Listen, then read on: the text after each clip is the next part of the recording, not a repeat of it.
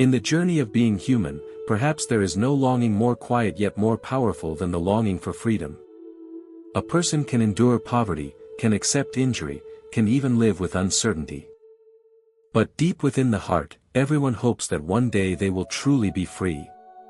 Free from anxiety, free from fear, free from the invisible bonds that tighten around the soul. Yet the paradox lies here: the more one seeks freedom outside oneself, the more bound one feels. We often think that freedom means having more choices, more money, more power, the ability to go anywhere and do whatever we want. But the more we chase these forms of freedom, the heavier the mind becomes. Because when one desire is satisfied, another desire arises. When one fear is soothed, another quietly takes shape. And so, what we call freedom turns into a pursuit with no endpoint, where we believe we are moving toward liberation, but in truth we are fastening new chains around ourselves. In the light of the Buddha's teaching, freedom is not the ability to do everything one wants, but the state of no longer being enslaved by what one wants. This is a completely different perspective, even one that runs counter to how the world usually understands freedom. Buddhism does not view freedom as an external condition, but as a transformation at the very root of consciousness. As long as the mind is pulled by craving, aversion, and ignorance, then even if the body stands in the most open space, the person is still living inside an invisible prison. That prison has no iron bars, no stone walls, yet it is more solid than any physical jail. It is the prison of painful memories, unfulfilled expectations, endless comparisons, fears of being abandoned, of failing, of not being good enough. Every negative thought, every small attachment, every emotion that has not been clearly understood, can become a link in the chain that binds the soul. Buddhism points out that the root of this bondage does not lie in the world, but in the way the mind clings to the world. It is not circumstances that make us suffer, but our attachment to circumstances. It is not other people who bind us, but the images, expectations, and judgments we hold tightly in our minds about them. When the mind grasps, it binds itself. And when the mind lets go, even in the most limited conditions, freedom can still be present. True freedom in Buddhism is not loud, not showy, not in need of proof. It is quiet, like the surface of a lake after a storm. It is deep and still, like the slow breath of someone who has stopped running away from themselves. It is a state in which the mind is no longer dragged by the past, no longer haunted by the future, and no longer lost in the stories it creates. When a person begins to clearly see how their own mind operates, they gradually realize that most suffering does not come from what is happening, but from how they interpret what is happening. The same event, with a mind caught in attachment, becomes suffering.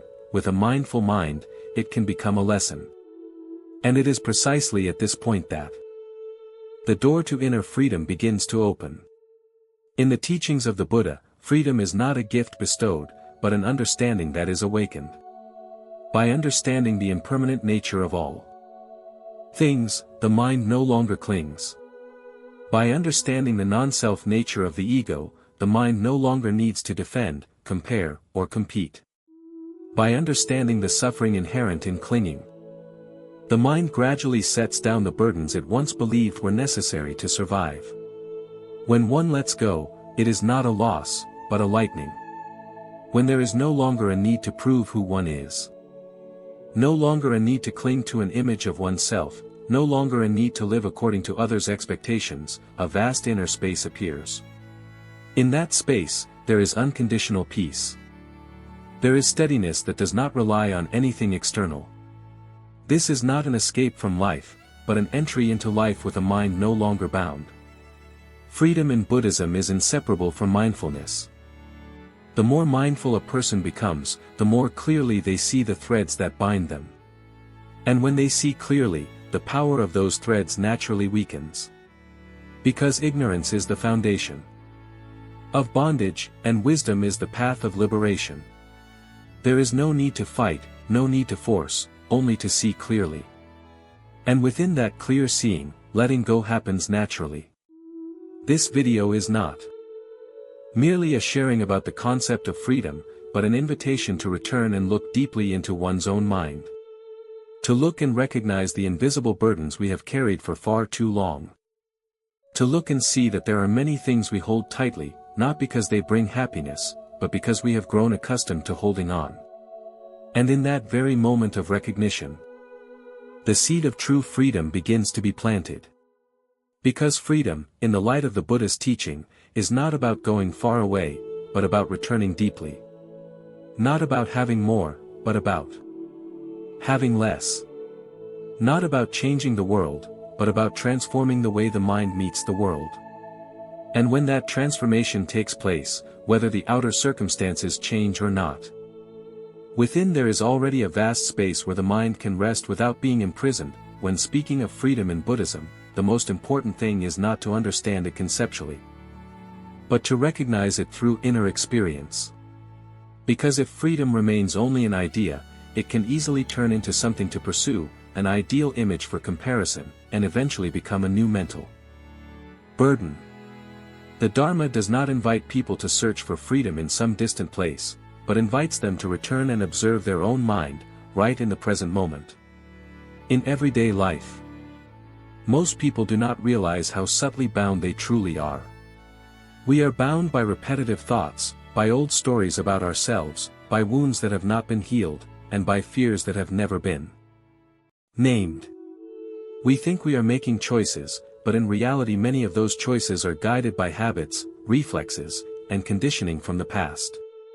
A mind like this, though it may appear active and self-directed, is still not truly free.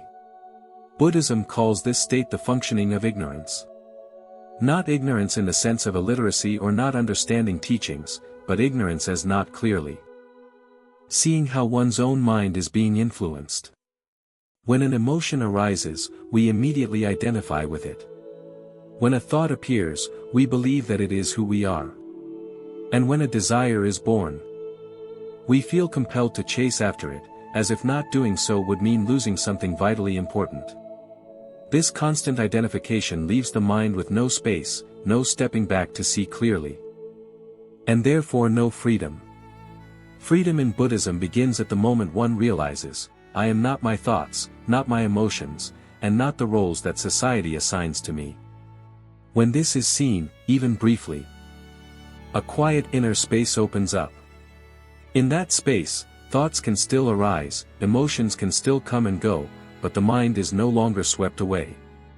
And this very capacity not to be swept away is the first sign of inner freedom.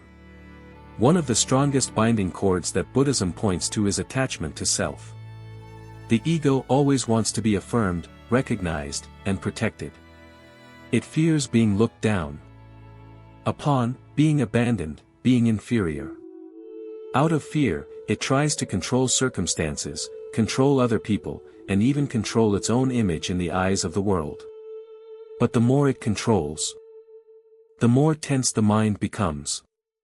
The more it protects, the more fragile the mind grows. And so freedom becomes increasingly distant.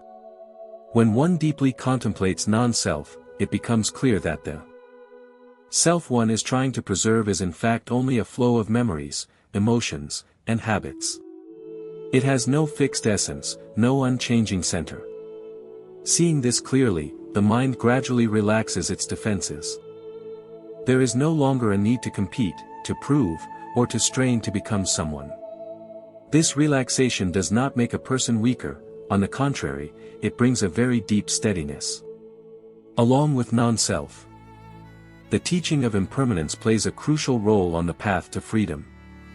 Without clearly seeing impermanence, people easily cling to things that cannot be held for long: youth, success, relationships, pleasant feelings. And each time these things change, the mind falls into suffering. But when impermanence is truly understood, the mind begins to learn to welcome change as a natural part of life. No resistance, no resentment, no despair. This deep acceptance releases a great amount of energy that had been trapped in resistance. Freedom does not mean the absence of suffering. Even deeply practiced practitioners still experience physical pain and subtle movements of the mind.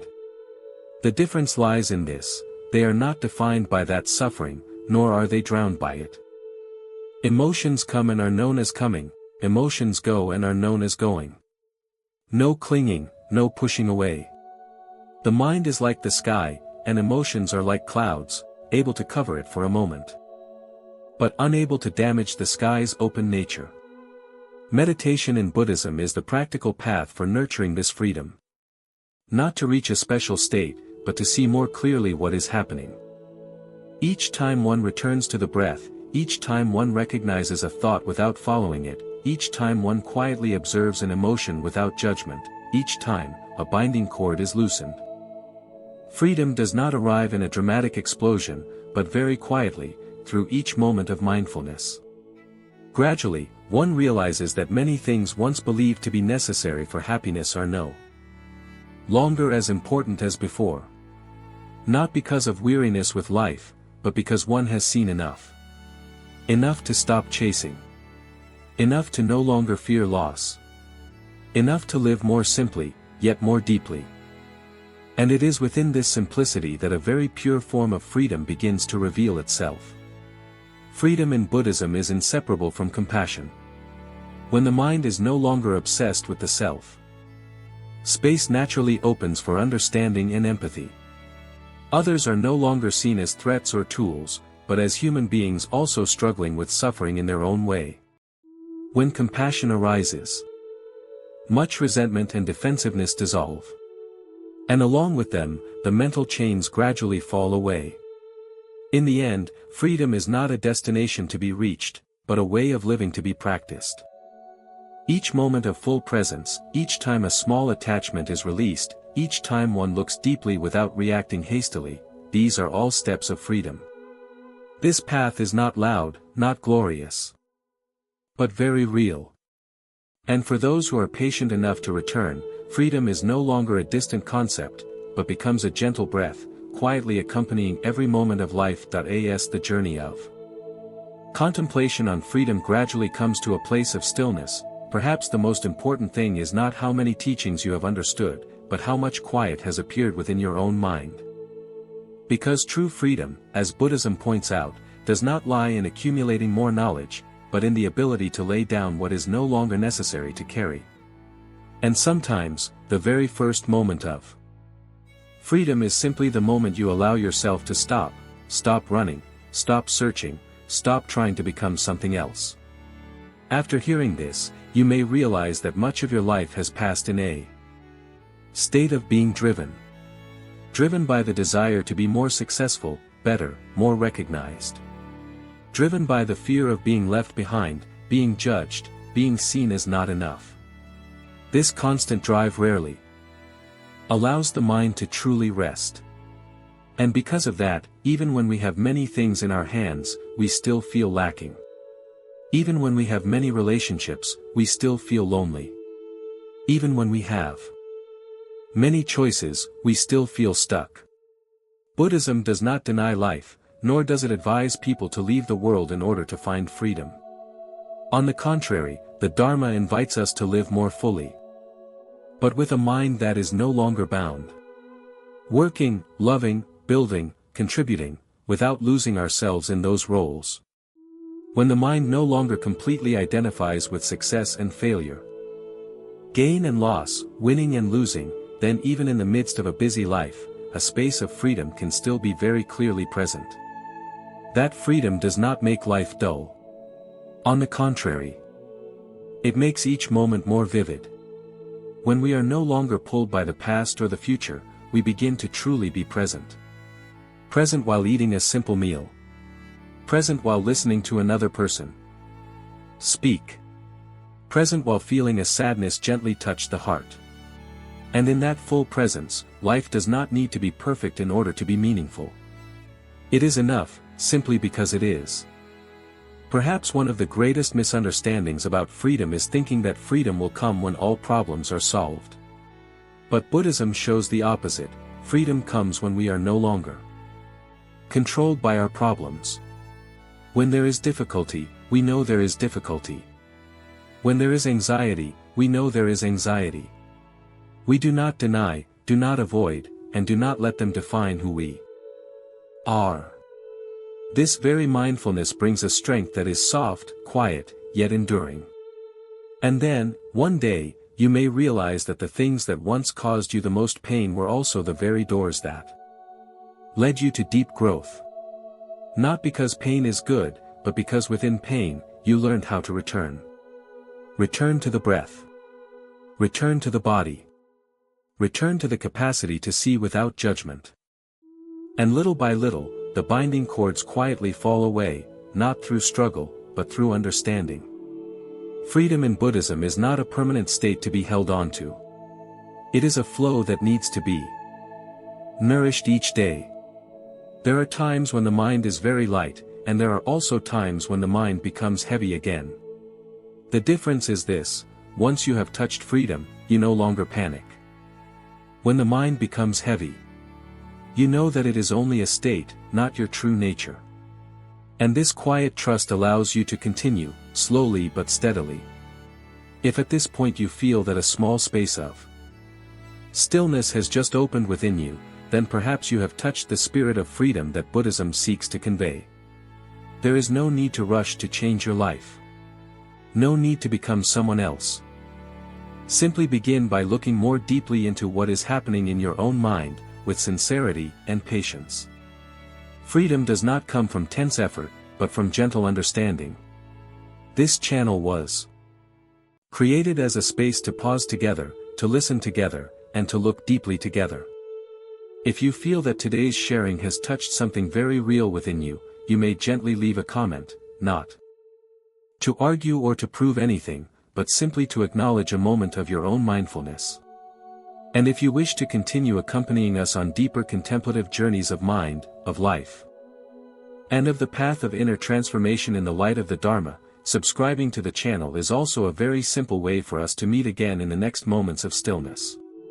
Because freedom is not about walking alone.